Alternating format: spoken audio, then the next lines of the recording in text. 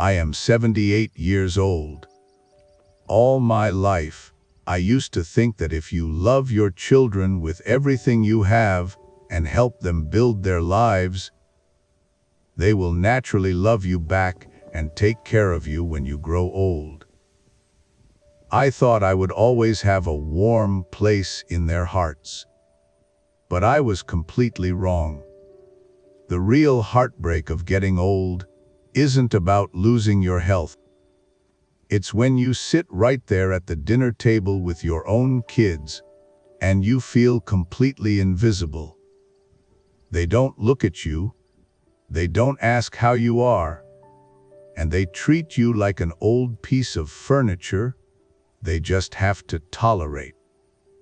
Society tells us we must keep giving until we have nothing left. But what do you do when the very kids you raised become the ones who drain all the joy out of your life? Tonight, on the porch, we need to talk about a quiet truth nobody wants to say out loud. There is a clear line between being a patient parent and letting yourself be treated like a doormat. I have 9 things to share with you. Pay close attention, because if you are still staying in that house after the 5th thing on this list, you aren't being a good parent anymore. You are an emotional hostage in a home you paid for. It starts with very small things. You don't notice it at first because you love them too much, and you always find excuses for them. But over time, these 9 phrases and attitudes will show you exactly where you stand in their lives. First, they will say, "You don't understand how the world works anymore." Just because I don't know how a smartphone app works, they think I don't understand life.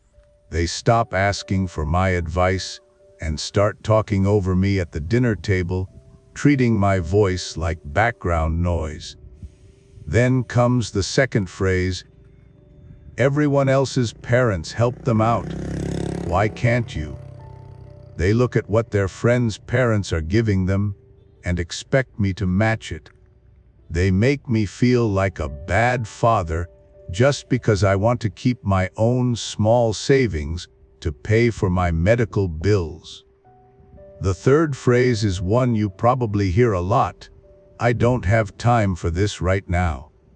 We are all busy, but when "right now" becomes the answer every single time you call, it's not about time anymore. It's about priority. They look at a call from their father like an annoying chore they hate dealing with. Fourth, they start twisting the truth. That's just how you remember it. It wasn't that way. If I bring up a time they hurt my feelings, they tell me my memory is failing. They rewrite history to make themselves look completely innocent, making me feel like I'm the one who is losing my mind. The 5th phrase really cuts deep. We have our own family to worry about now. With that one sentence, they draw a clear line. They are telling you that you are no longer part of their actual family. You are just an outsider now, a problem they have to manage from a distance when they have a spare moment. If you choose to stay after that, they will use the 6th phrase, "You owe me this because of how you raised me." They take every mistake I made 30 years ago and put a price tag on it. They use my old failures to demand my money, my labor, or my total silence today, turning me into a servant who is constantly paying off a debt. Then they use the 7th phrase, "The ultimate threat. If you don't do this, you won't see the grandkids." This is emotional terrorism. They use the innocence of my own grandchildren as a weapon to force me into giving them whatever they want, using my love for those kids as a leash to keep me controlled. The 8th phrase shows the attitude of a vulture. Why are you still holding on to that? Whether it's your car, your house, or a watch you've owned for decades, they aren't worried about your comfort. They are just counting their inheritance, waiting for your body to catch up with the grave they've already dug for you in their hearts.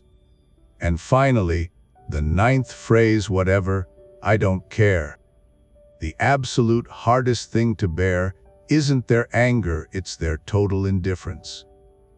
When you try to start a conversation and they don't even look up from their phones, just sighing out those words.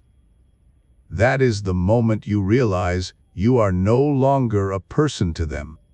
You are just a shadow on the wall. If you keep staying after they cross these lines, you aren't being a patient father anymore. You are just choosing to be a doormat.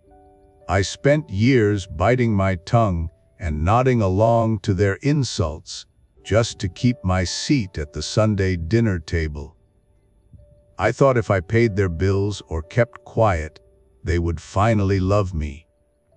But here is the hard truth: you cannot buy respect by being submissive.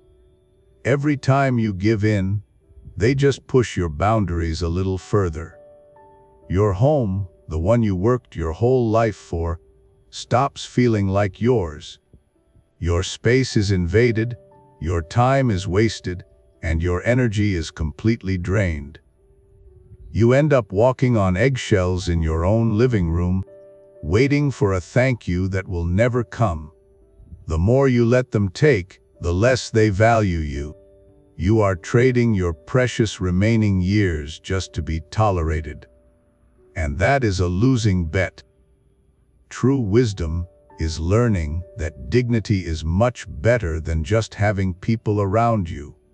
It took me a long time to understand that being alone isn't a punishment, it's a sanctuary. There is a quiet power in deciding that you don't need anyone's permission to be at peace. It is infinitely better to eat a simple piece of dry bread in a quiet room where your soul is respected than to sit at a lavish feast where your presence is ignored or tolerated. You were a whole person before you ever became a parent. Your life does not belong to your children's whims or moods.